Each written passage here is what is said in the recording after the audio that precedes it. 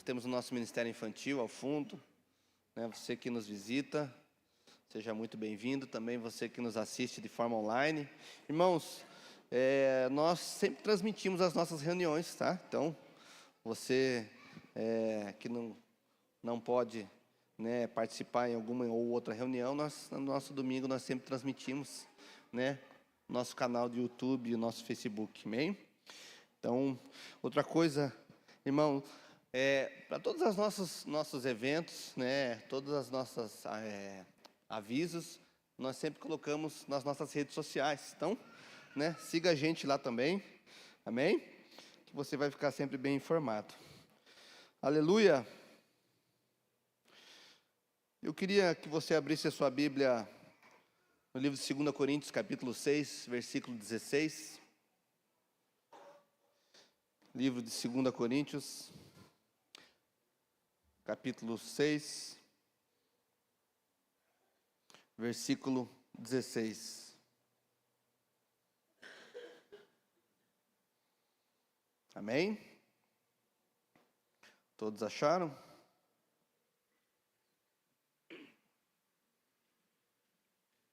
O apóstolo Paulo aqui, ele está, né, falando sobre a questão do jugo desigual, sobre não estar em comunhão, né, com os descrentes, né, no sentido de estar de acordo, né, de questões relacionadas à questão da igreja de Corinto.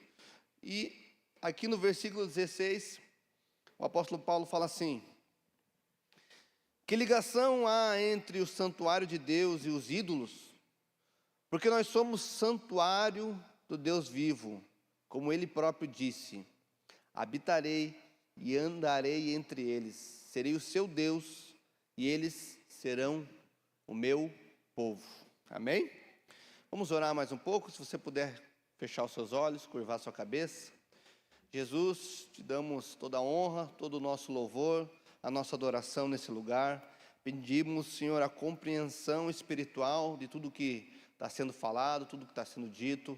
Senhor, que o Senhor possa falar aos nossos corações, que a palavra do Senhor possa vir sobre nós, que nós possamos ter a mente de Cristo, entendendo, discernindo as coisas espirituais das coisas terrenas. Senhor, eu oro em nome de Jesus que cada um aqui tenha um encontro real e verdadeiro com aquilo que o Senhor deseja sobre nós. Pai, abençoa cada irmão aqui, cada irmã que está nesse lugar, abençoa aqueles que estão nos escutando de forma online, que vão escutar essa mensagem depois.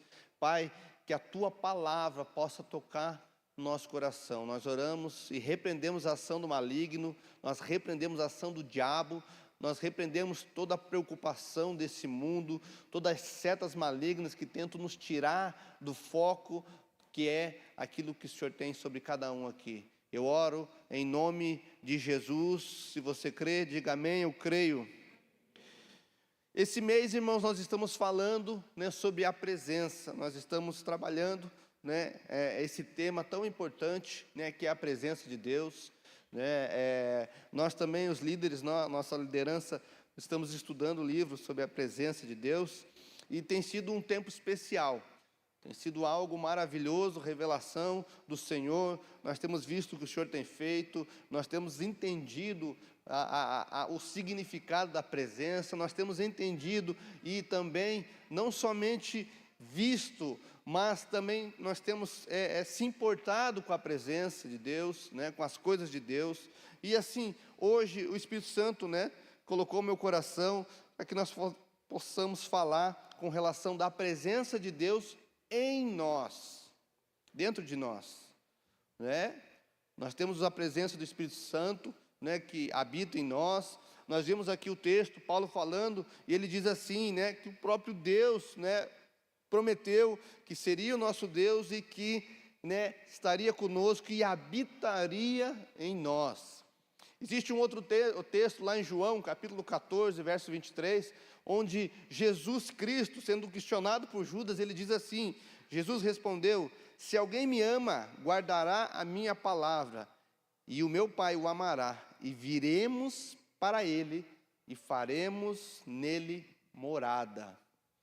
Então, irmão, há uma verdade de Deus, né, para nós, que o Senhor, na sua soberania, na sua presciência, né, no seu poder ilimitado, Ele decidiu fazer morada em nós, dentro de nós.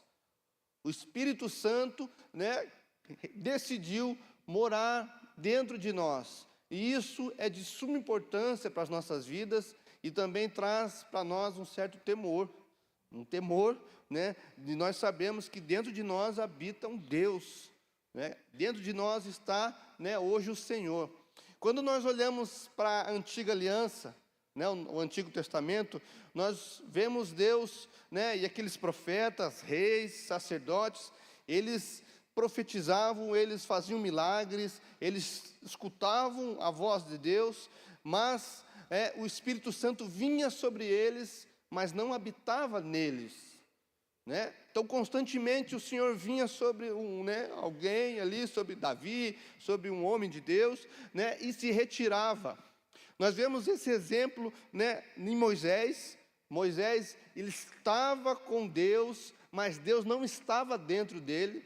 Nós vemos esse exemplo, né, e vemos também a vida de Elias. Elias profetizou a unção do Espírito, né, mas o Espírito não estava dentro dele. Nós vemos também, né, no próprio, nós vemos aqui, né, como eu disse, já Moisés, né, que teve um encontro com Deus face a face, né, e o Senhor falava a Moisés, mas ele não estava dentro de Moisés. Eliseu, outro exemplo, né, ressuscitou mortos, mas o poder estava nele, né, estava sobre ele, mas não estava nele. E hoje, irmãos, né, nós temos o privilégio, né, de ter esse poder, essa unção, né, esse Deus que é o Espírito Santo em nós. Nós estávamos, como eu disse, lendo nessa semana um livro A Presença, do Bill Johnson, e até nós recomendamos à igreja, porque pensa num livro maravilhoso, e ali um capítulo falando sobre isso, né? O escritor, ele diz assim: nós não devemos esperar coisas superiores de uma aliança superior. Tudo que ficou na antiga aliança, né, no Antigo Testamento, nós vemos milagres, curas, intervenções divinas, nós vemos, né, Eliseu, Elias, nós vemos Moisés, vemos o rei Davi, nós vemos Salomão com a sua sabedoria, mas tudo isso era de uma aliança passada, inferior. Agora, a aliança que hoje nós temos com Deus. 2 Coríntios capítulo 3, versículo 7, né, a palavra de Deus diz assim: e seu ministério da morte, cravado com letras em pedras, se revestiu de glória, a ponto de os filhos de Israel não poderem fixar os olhos na face de Moisés, por causa da glória do seu rosto, ainda que se fosse uma glória que estava desaparecendo. Como não será de maior glória o ministério do Espírito? Então, o que Paulo está falando aqui, aquilo que aconteceu lá com Moisés, ou na antiga aliança, foi algo maravilhoso, mas essa aliança que hoje nós vivemos, com Deus, com Jesus, né, vindo e nos trazendo uma revelação nova, como não será mais gloriosa do que aquela? Então, isso precisa trazer no nosso coração, irmãos, né, uma esperança e uma expectativa de que aquilo que aconteceu no Antigo Testamento foi muito bom, bênção, mas o que Jesus proporcionou para nós hoje é infinitamente maior e melhor. Essa verdade, irmãos, né, precisa estar no nosso coração, com, né, expectativa daquilo que Deus pode fazer, daquilo que Deus está fazendo, mas também com um temor santo, né, de estarmos, né, num nível, né, de maior intimidade com Deus, porque Deus hoje habita em nós. Essa é a verdade. A presença hoje, ela habita em nós, dentro de nós. Por isso que nós não precisamos mais, né, como na antiga aliança, de um santuário para Deus. Quando nós olhamos, né, a antiga aliança, nós vemos ali Deus orientando a Moisés como seria o tabernáculo, né, dando orientações: eu quero isso, dessa medida, desse jeito, com esse tipo de material. Nós vemos Deus, né, orientando Moisés. Nós também vemos Deus, né, orientando na tenda de Davi como deveria ser, no templo de Salomão. E nós vemos que agora, irmãos, né, a casa de Deus, ela já não é mais num lugar fixo, né, mas é dentro de nós, carne e osso. E essa é uma responsabilidade, né? Então, quando você olhar para você, e eu já disse, né, várias vezes isso, né, quando você se olhar no espelho, você vai olhar no espelho e falar: eu sou um templo do Espírito Santo. Eu carrego a presença de Deus. Isso não é pouca coisa. Isso não é, né, uma coisa pequena. Você carrega a presença de Deus. Nós precisamos saber disso. Amém? Atos 7:48, né, a palavra de Deus diz assim: o Altíssimo não habita em casas feitas por homens. Mas sabe, irmãos, quando nós vemos João capítulo 1, verso 14, a palavra de Deus diz que o verbo, né, falando de Jesus, se fez carne e habitou entre nós. A palavra habitou é tabernaculou. Tabernaculou, e leva ao sentido de como era lá no tabernáculo de Moisés, né? O Senhor habitou no meio do povo. Já não mais, né, em mãos humanas, em algo construído, mas, né, num templo de carne e osso. Nós temos esse privilégio de, né, ser uma habitação do Espírito. Ronaldo, quinta-feira, falou sobre isso. E, assim, abriu as nossas mentes. Irmãos, há um desafio para vocês. Nós temos o nosso culto de quinta-feira, né, e Deus sempre tem falado algo maravilhoso nos nossos cultos de quinta, né? Tem sido um tempo de Deus, né? O que Deus tem feito, né? E eu quero que você desafie a si mesmo a participar também, né? Estar conosco, né? Quinta-feira, ser abastecido durante a semana, né? Com relação à palavra de Deus, ao tempo de fogo, né? Nós temos esse nome, né? Alcance Fire, porque nós entendemos que Deus tem algo para a igreja, né, aqui de Piraquara. E eu quero desafiar os irmãos a participar dos cultos de quinta-feira. Tem sido uma benção. E aqui, né, nós vemos que Deus, Ele decidiu na sua soberania habitar em nós. Por isso, irmãos, como diz a palavra, com temor e tremor, que nós temos que discernir que hoje nós carregamos a presença de Deus onde nós estamos. Onde nós estamos, nós carregamos a presença de Deus. Por isso que é importante, né, o nosso cuidado, a nossa vida de santidade.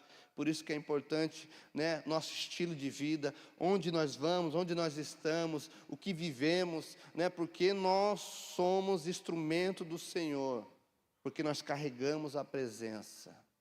Quem carrega a presença de Deus aqui? Amém? Como nós se comportamos com relação à presença que está em nós? Como nós se comportamos? Irmãos, e aqui, puxa, eu não sei se eu carrego a presença de Deus. Avalie a sua vida. Faça uma avaliação de quando você aceitou Jesus, de quando você, né, decidiu viver uma vida para Cristo, né, até o momento que você está vivendo hoje. Você, né, teve uma mudança na sua forma de viver a vida? No seu caráter? Nas coisas que você, né, imagina para você? A sua mente hoje, ela é mais voltada para as coisas de Deus? Ou continua com as coisas que eram antes de você se converter? Sabe, irmãos, existe, né, uma avaliação nossa, né, que nós podemos fazer diariamente, puxa, hoje, com mais um dia de vida, hoje, com mais um dia, né, que eu aceitei Jesus, que eu conheci Jesus, a minha vida, ela é melhor, é mais parecida com Cristo, ou eu estou me afastando de Cristo? Quando nós começamos a pensar assim, nós refletimos, né, e vemos se realmente nós estamos sendo uma habitação do Espírito. Hoje eu sou mais parecido com Jesus do que eu era há 10 anos atrás? Hoje, né, os trejeitos, a forma de andar, a forma de viver, né, são mais parecidos com Jesus ou estão mais parecidos com o padrão desse mundo? Hoje, eu vivo a minha vida como eu vivia há 10 anos atrás, há 20 anos atrás? Hoje eu penso nas coisas que eu pensava há esse tempo atrás? Eu falo a verdade, né, ou às vezes, né, ainda saem as mentiras? Quando nós começamos a fazer uma avaliação de nós mesmos, nós começamos a perceber se realmente nós somos, né, a morada do Senhor. Porque, irmãos, a Bíblia diz que nós somos, né, somos a morada, a habitação do Espírito Santo. Mas sabe, uma das coisas que nós precisamos entender é que o Criador, Ele não mora em qualquer lugar. Pega o exemplo comigo, quando, né, talvez você teve a oportunidade de decorar sua casa, ou teve a oportunidade, né, de ter, né, um arquiteto, um decorador. Pensa comigo, você gostaria de morar num lugar onde, né, você não decidiu nada sobre esse lugar? Onde não tem a sua característica, onde não tem, né, os seus desejos desse lugar? Você gostaria de morar num lugar sujo? A gente entende, sabe, né, que o Espírito Santo, né, trabalha no nosso coração, molda, limpa, né? Obviamente, a gente tem esse entendimento, né, que nós estamos em constante construção, mas assim, irmãos, há uma disposição no nosso coração em querer essa mudança, em viver uma vida santa, limpa, reta, íntegra, de acordo com aquilo que Deus, né, deseja. Nós precisamos então fazer essa avaliação. O arquiteto do universo projetou uma casa com a sua cara. Deus nos planejou para que Ele viesse e morasse em nós. Agora, como está a habitação de Deus? Como está, né, a casa que deveria ser de Deus? Que somos nós. Tem até um louvor, né? Eu fui cantar esses dias, o pessoal tirou sarro de mim, né? Então eu não vou nem cantar, né? A casa é sua, Deus pode entrar, já viu? Né? Mas será que realmente essa casa é uma casa preparada para que Deus entre? E como eu disse, irmãos, né, o Senhor entra e Ele muda, Ele molda, Ele limpa. Mas às vezes nós não abrimos a porta do nosso coração. Nós cantamos, mas o Senhor continua para fora. A presença de Deus em nós precisa ser, né, visível. Visível na questão de que aquele que mentia não mente mais. Aquele que vivia segundo os padrões do mundo não vive mais. Frutos, irmãos. Frutos. Frutos precisam sair. Frutos precisam ser visíveis. A presença de nós, a presença de Deus em nós, precisa ser algo visível. Existem 2 homens, né, que eu queria trazer como exemplo, que, né, tiveram a vida transformada. Na verdade, um deles teve somente, né, o seu caráter levado para fora. Mas enquanto o outro, né, teve a vida transformada, era um ser imperfeito, né, continuou imperfeito, mas teve a vida transformada, né, pela ação da presença de Deus. Esses 2 homens você conhece bem, um se chama Pedro e o outro se chama Judas. né? Dois homens que tiveram os seus caminhos, a sua história, né, transformada, mudada, e eles tiveram a oportunidade de caminhar com Jesus, né, em vida. Só que um deles tomou uma decisão, né, uma decisão muito errada, enquanto que o outro, ainda que tenha errado, né, ainda conseguiu resolver seus problemas, né, conseguiu se voltar ao Senhor. E aqui nós vemos, né, a presença, como a presença ela muda o nosso caráter, como a presença pode, né, transformar as nossas vidas. E eu queria que nós pudéssemos falar sobre esses dois homens, a diferença, né, de habitar a presença e de negligenciar a presença. O que nós vemos na vida de Pedro e de Judas, né? Nós vemos ali Pedro que, por tantos problemas, tantas coisas que passou na sua vida, né, os desafios, né, ele ainda teve a humildade, ele foi forjado por Deus, Jesus, né, para que ele fosse ainda um instrumento de Deus. Eu creio que Deus, né, desejava também, né, transformar a vida de Judas, tinha também, né, um plano para Judas, mas nós entendemos e sabemos que Judas, ele tomou decisões erradas. E quando nós olhamos assim, irmãos, muitas vezes a gente malha Judas, né? Eu já malhei Judas quando eu era mais novo, né? Quem se lembra? Você fazia o boneco lá e malhava Judas, né? Botava fogo no Judas. Mas sabe, irmãos, muitas das vezes nós também negligenciamos a Jesus como Judas.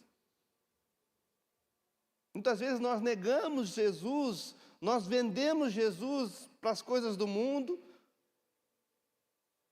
e não vale nem ainda, até menos que 30 moedas, né? Muitas vezes nós negligenciamos a presença por coisas que não têm valor. Nós também somos como Judas. Assim como também somos como Pedro, homem que negou Jesus, que caminhou com Jesus. Os dois caminharam com Jesus 3 anos e meio. Sabiam da intimidade de Jesus, né? Se relacionavam com Jesus, tinham experiências, viram com os olhos, né, os milagres, as curas, intervenções, né? Viram como Jesus era um homem, né, que, segundo o padrão de Deus, de oração, de busca, né, do seu caráter, mas ainda assim, 2 homens que decidiram tomar decisões erradas. Pedro, né, com o seu intento, né, impulsivo, com a sua, né, característica impulsiva, né, foi o discípulo mais repreendido por Jesus. Se você olhar, né, toda a história, você vai ver que Pedro era o que estava na ponta da língua de Jesus. Jesus, né, o repreendia, mas também chamava para perto. Agora, nós vemos na vida de Judas um homem muito pouco falado na palavra,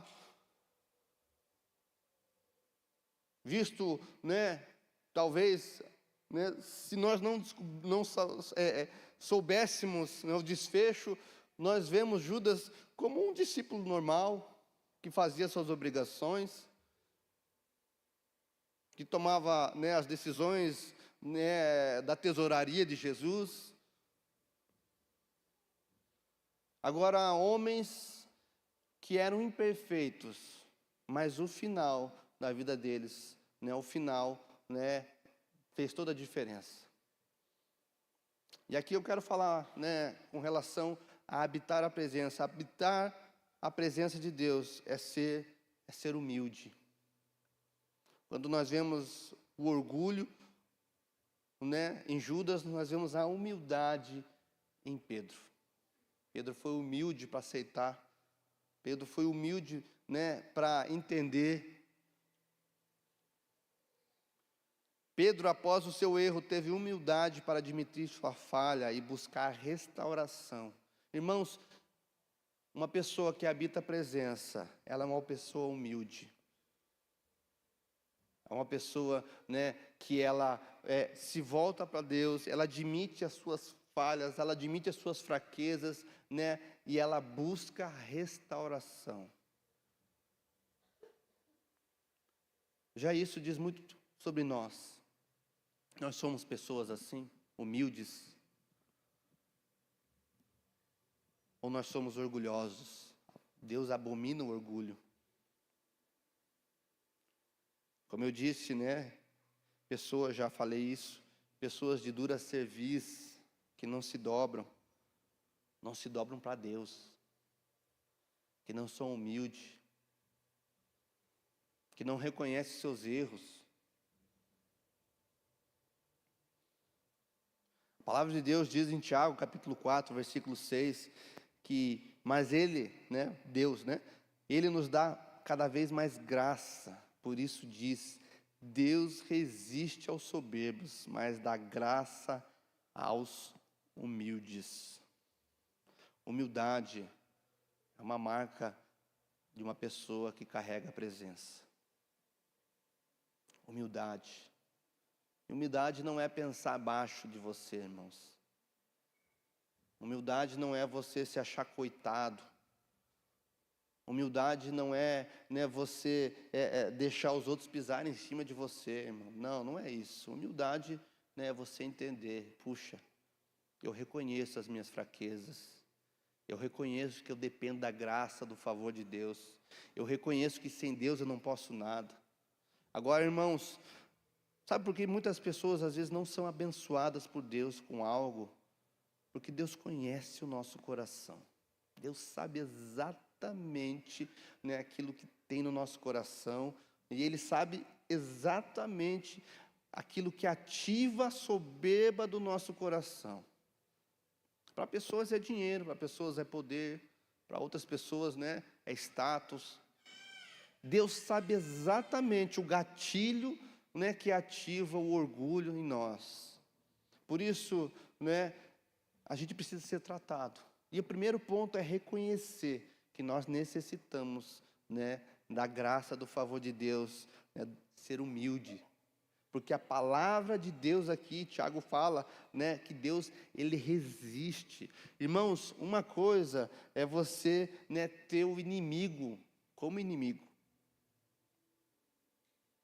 E a palavra de Deus diz que nós, o inimigo não tem chance, Outra coisa, irmãos, é você ter Deus como inimigo. Porque a Bíblia diz que Deus resiste ao soberbo.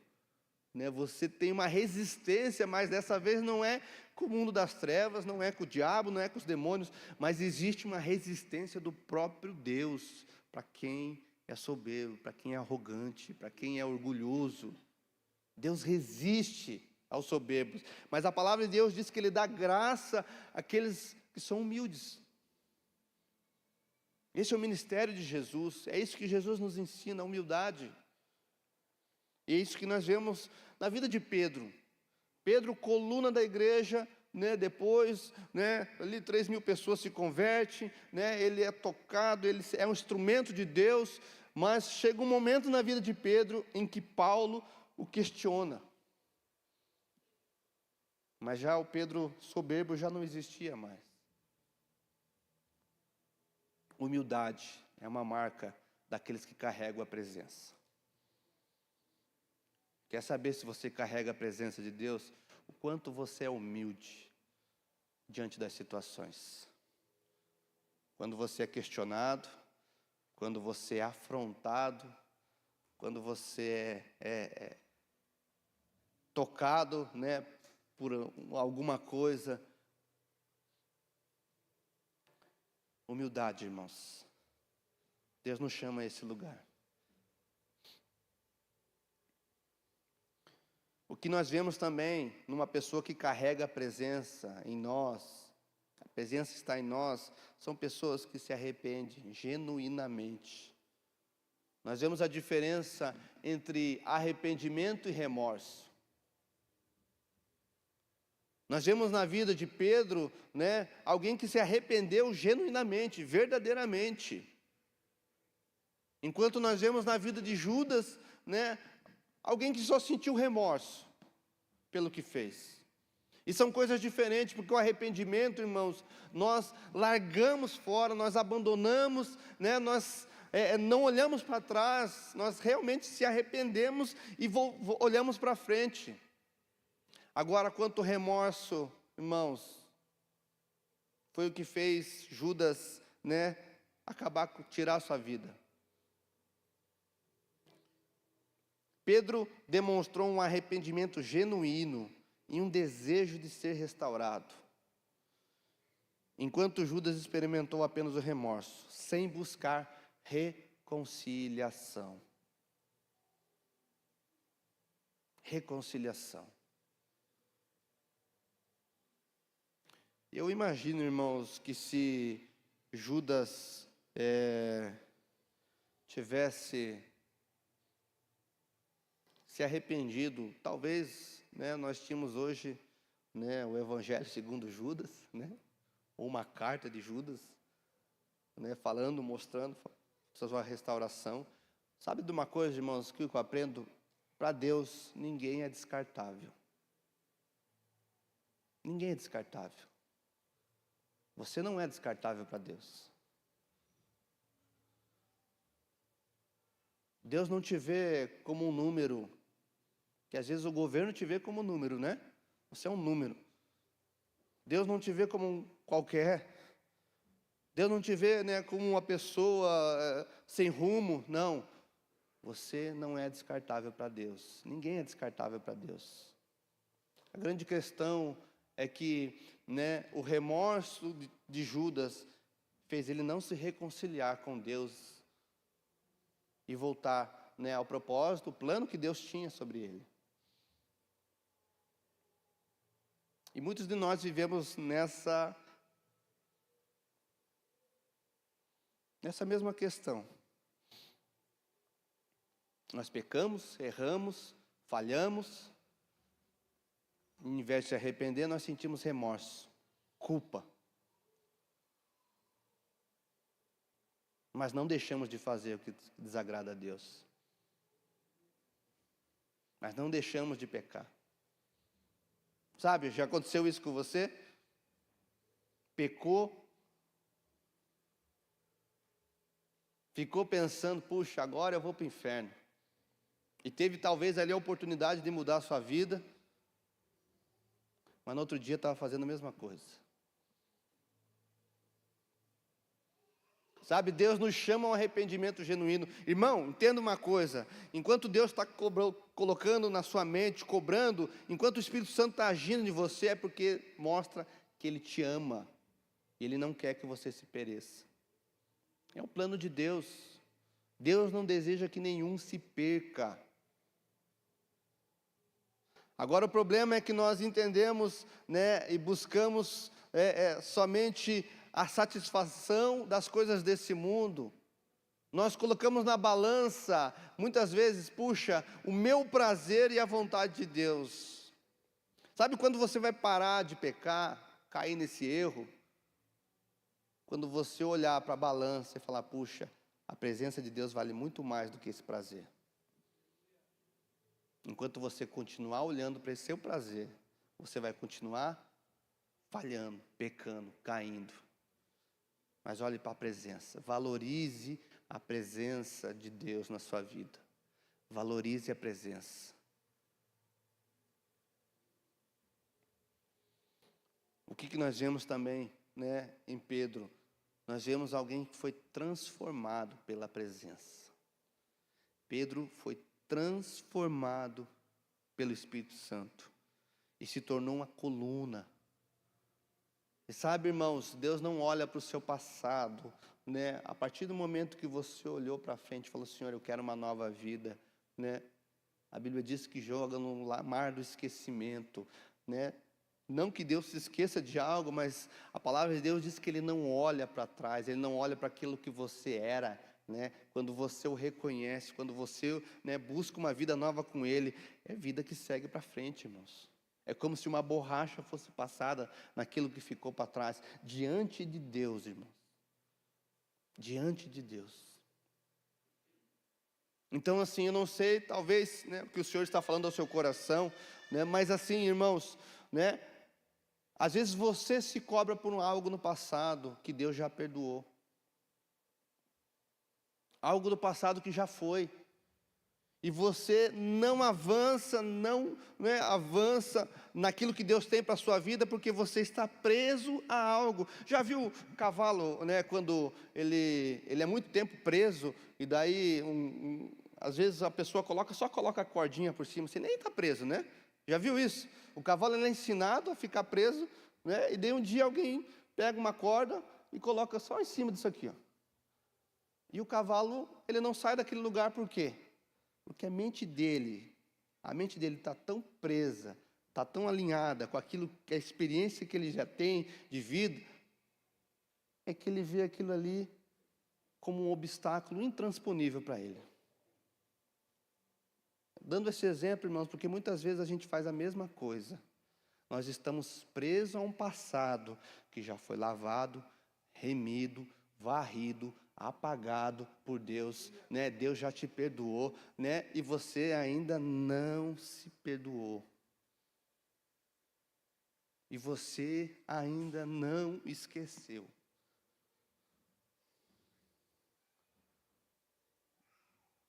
E sabe o que acontece? O diabo sabe disso. Ele fica jogando na sua mente. Você é incapaz. Você não tem, condições. Você é um adúltero, você é um mentiroso, você é isso, você é aquilo. Mas, irmãos, sabe de uma coisa? O sangue de Jesus, ele tem poder para lavar, para remir, para salvar, para restaurar. E não importa aquilo que aconteceu, o sangue de Jesus te lava, te redime, de todo pecado, de toda impureza. Por que nós não se agarramos nisso?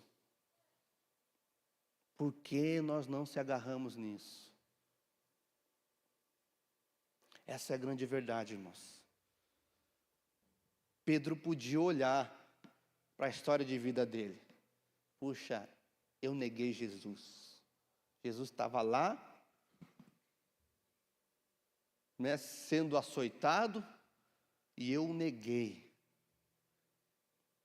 Não tem mais nada para mim. A minha oportunidade já passou. Não tenho mais. Eu caminhei com ele e eu, não fui fiel. Eu caminhei com Jesus e não fui fiel. Não, acabou minha vida. Não tem mais chance. Agora, quando nós olhamos a restauração de Pedro, nós vemos que o próprio Jesus confiou a Pedro aquilo de mais precioso que ele tinha. As suas ovelhas. Sabe, irmãos, às vezes a gente olha para a nossa história e acha que a gente não é capaz. Mas sabe, Deus vê em nós o melhor, que muitas vezes nós não enxergamos. Porque Deus sabe realmente, conhece realmente a nossa capacidade, o nosso coração e a nossa potência. Deus conhece. O que precisa é que eu e você enxergamos isso em nós. Deus te trouxe aqui, amém? Para restaurar a sua visão. Deus te trouxe aqui para te dar um norte para a sua vida.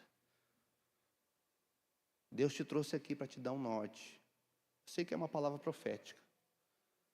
Deus vai te dar uma direção nova hoje. Deus vai colocar no seu coração algo novo. Algo novo. Deus vai abrir os caminhos. Sabe quando você abre um mapa, você consegue enxergar, Deus vai fazer isso na sua vida. Eu profetizo em nome de Jesus. Talvez você tenha andado perdido, como uma barata tonta, você tenha andado sem rumo, mas Deus hoje vai te trazer um rumo novo. Deus vai te trazer um rumo novo, seja no seu trabalho, seja no seu ministério, seja na sua família. Deus vai te dar uma direção nova hoje, em nome de Jesus. Se aproprie dessa palavra, se aproprie dessa verdade. Porque Deus decidiu habitar em nós, seres incapazes, imperfeitos, falhos, que não tem nada a oferecer a Ele. Enquanto eu estava preparando esse sermão, eu estava escutando um louvor, e o louvor dizia assim: o que posso dar a um Deus que tem tudo? Daí o louvor, né, o cantor diz assim, eu dou o meu coração. Sabe, irmãos, se hoje Deus tem pedido algo para você, não é suas posses, não é seu dinheiro, não é sua habilidade. O que Deus deseja de você é o seu coração, para que Ele possa fazer morada, que Ele possa ser, né, achar em você um instrumento de remissão, não somente para quem está próximo de você, mas para outras pessoas. O chamado de Deus para nós, irmãos, é sermos uns agentes transformadores do reino de Deus. Pedro foi transformado, enquanto Judas perdeu a oportunidade de experimentar essa transformação. Qual desses dois você é? Hoje, nesse momento. Como eu disse, nós temos a atitude dos dois. Mas o final, irmãos, o final, né, a história final, é como você se lembra do Você Decide? Né? Quem é mais velho aí? Né, Cristão? Você se lembra do Você Decide, né? Você escolheu o final lá, né? O final você pode escolher, irmãos. Você é como Judas ou como Pedro? Judas, ele não experimentou a totalidade de Deus sobre ele. Porque ele não teve um arrependimento genuíno. Ele não foi transformado pela presença. E perceba, irmãos, assim como Judas, nós caminhamos com a presença. Judas caminhou com Jesus. Nós estamos aqui, andando, caminhando, sendo alimentados pela palavra, sendo alimentados, né, por Deus. E nós temos a oportunidade, irmãos, de experimentarmos a transformação pela presença de Deus. A minha pergunta é, né, para nós vamos, né, ser transformados? Ou vamos viver nessa mesma vida que nós estamos vivendo? Como eu disse, o Evangelho, eu creio no Evangelho que transforma. Eu estou sendo transformado, né? Atingi tudo o que deveria? Não atingi. Mas assim, eu olho para o meu passado e, puxa, eu me aproximei mais de Deus. Coisas que eu fazia, eu já não faço mais. Coisas que eu pensava, eu já não penso mais. Pecados que me acompanhavam, ainda que tenha outros, né? Pecados que me acompanhavam, eu já não me acompanho mais. Então eu consigo olhar para trás e falar, puxa, né, eu estou caminhando para o alvo, para aquilo que Deus tem, para mais próximo de Deus, através de Jesus. E nós precisamos fazer essa avaliação em nós.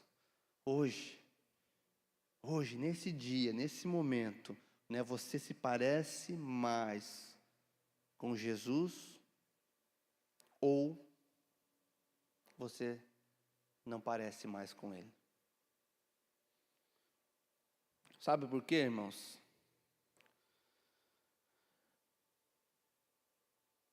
Porque a Bíblia diz, lá em João, abra comigo lá, João capítulo 2, versículo 10.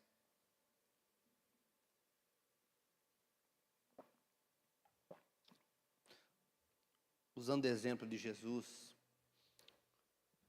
esse foi o primeiro milagre de Jesus, né, que a Bíblia conta.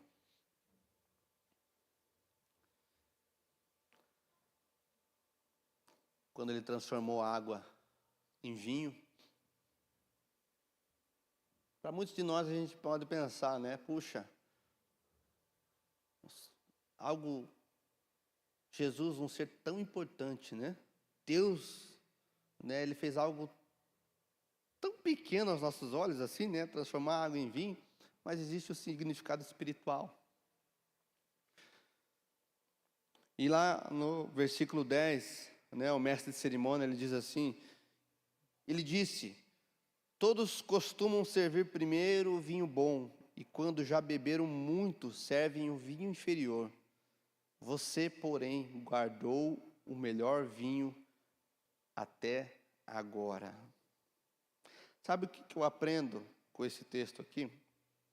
Algumas coisas com relação a esse milagre. Primeiro, Jesus não apenas renovou o estoque de vinho. Ele não fez mais daquele vinho ruim.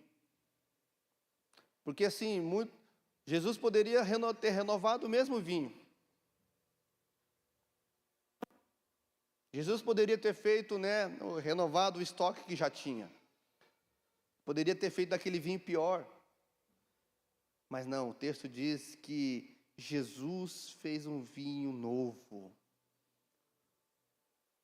Jesus fez algo novo e melhor. E muito melhor. Isso diz muito ao nosso respeito. Sabe, irmãos, muitas das vezes nós achamos, que Jesus não tem o poder de fazer algo novo. Até tem, às vezes a gente pensa, puxa, ele até tem poder de fazer algo novo. Mas sabe, Jesus fez algo novo e melhor. Jesus pode fazer algo novo e melhor na sua vida. Jesus não pode somente encher o vinho, da alegria no seu coração, mas Ele pode dar um vinho muito melhor, uma alegria muito maior. Deus pode ativar teu ministério, não como era, antigamente, mas Ele pode fazer algo muito melhor. Deus pode restaurar o seu casamento, e pode fazer algo muito melhor. Deus pode transformar sua conta bancária, em algo muito melhor. Amém? Você crê nisso? Porque esse Deus é o Deus que nós cremos.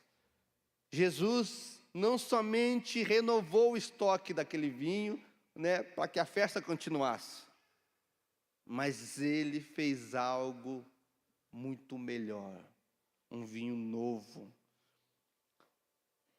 Sabe, a outra lição é que Jesus não levou as pessoas a experimentarem algo que já tenham vivido, nem a qualidade do início serviu de referência para elas. Sabe qual é a outra lição dessa passagem? Muitas vezes nós estamos, presos, como eu disse, no passado. Senhor, o Senhor poderia fazer aquela experiência lá no começo, lá de quando eu era um novo convertido, aquela experiência nova, aquela experiência, foi tão bom para mim. Mas sabe o que Jesus fez aqui? Ele fez algo que aquelas pessoas nunca tinham experimentado. O que Deus pode fazer na sua vida é algo que você nunca experimentou, algo melhor que você nunca viveu, algo melhor que você nunca sentiu, uma experiência nova que você nunca presenciou na sua vida. Você pode estar na festa com Ele e nunca ter vivido o que Ele tem para a sua vida hoje. Porque Deus faz algo novo. Amém? Você crê nisso? Porque às vezes a nossa oração é essa. Nós oramos a Deus para que nos leve ao passado, a viver aquelas experiências, onde a gente ia no monte, via, o mato pegar fogo, onde nós rodopiávamos e Deus, vinha. Sabe, irmãos? Mas a revelação de Deus para a minha vida e para a sua vida é que Ele faz algo novo e melhor. Então não olhe para o passado, buscando somente as coisas do passado. Olhe para frente, para o futuro e desfrute de algo novo e melhor que Deus tem para a sua vida.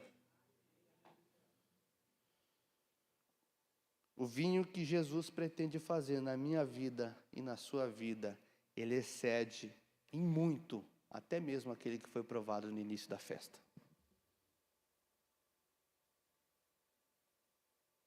Sabe?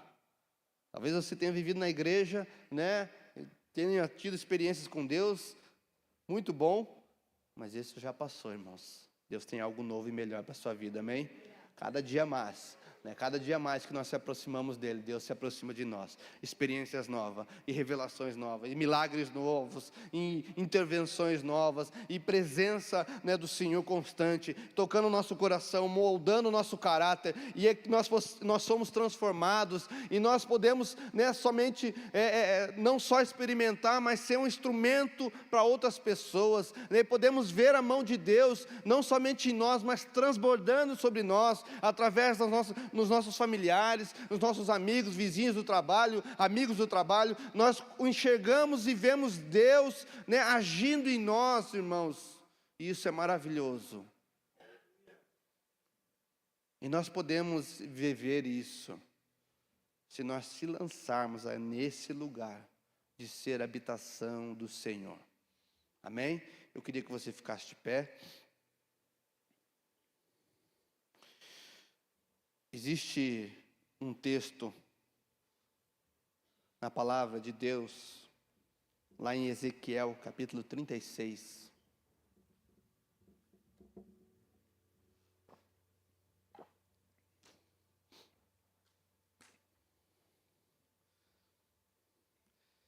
Ezequiel, capítulo 36, versículo 26. A palavra de Deus diz assim: e eu lhes darei um coração novo, e porei dentro de vocês um espírito novo.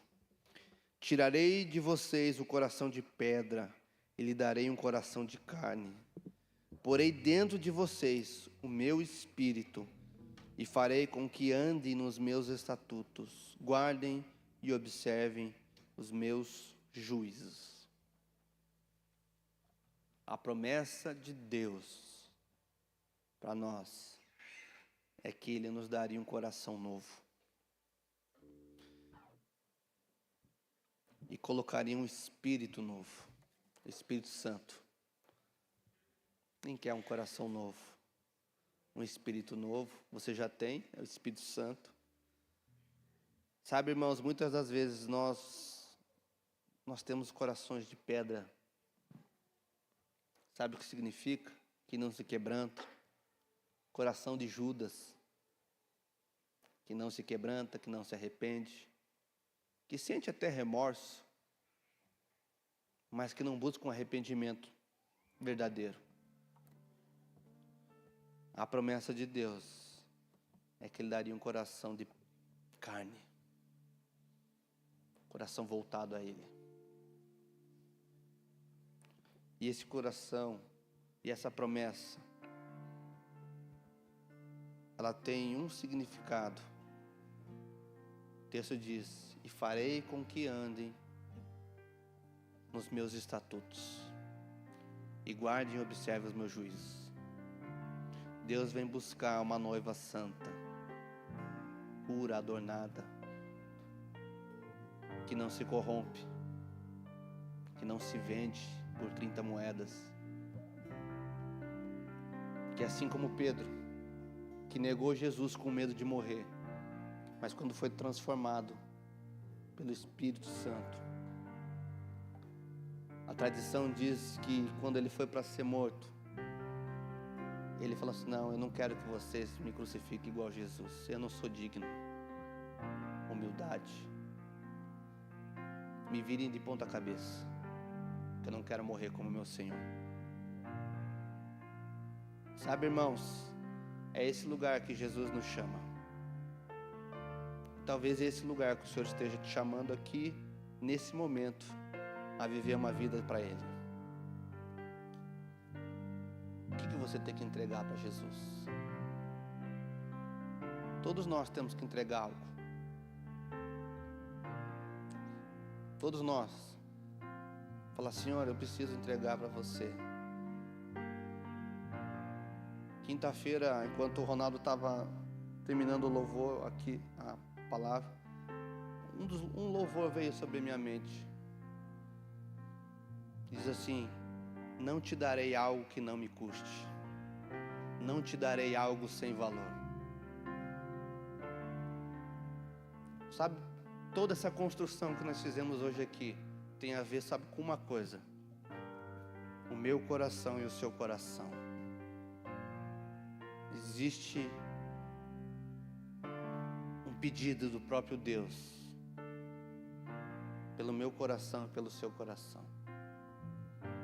Desde Gênesis a Apocalipse nós vemos Deus trazendo para o homem esse sentimento de estar com Ele, de se relacionar com Ele, de se entregar com Ele,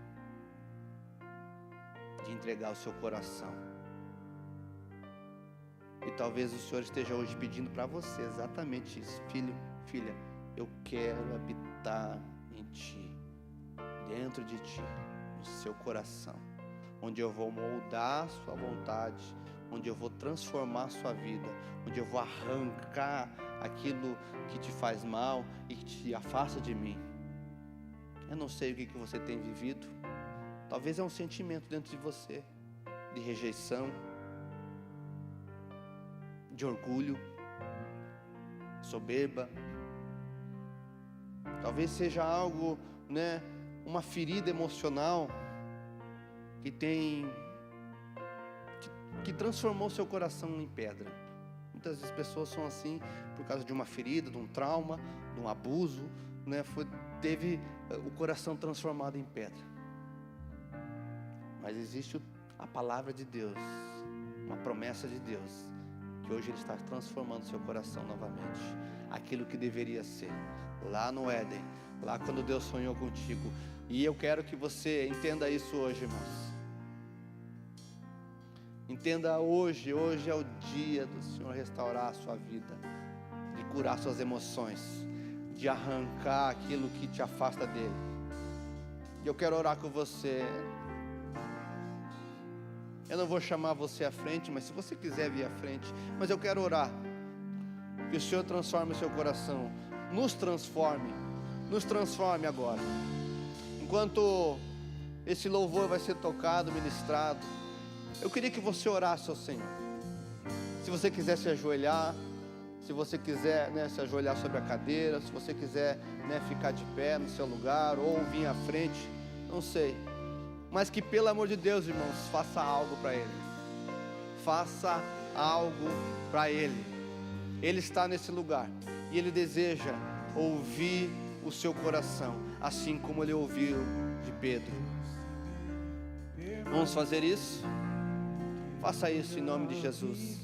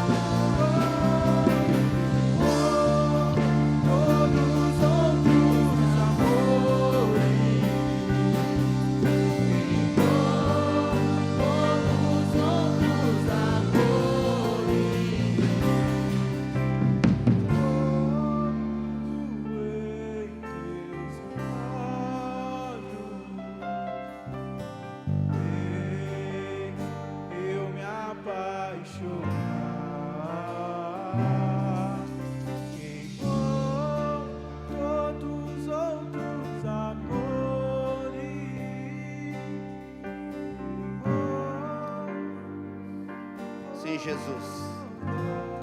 Espírito Santo, Espírito Santo, traga essa compreensão, Senhor. Traz a compreensão, Senhor.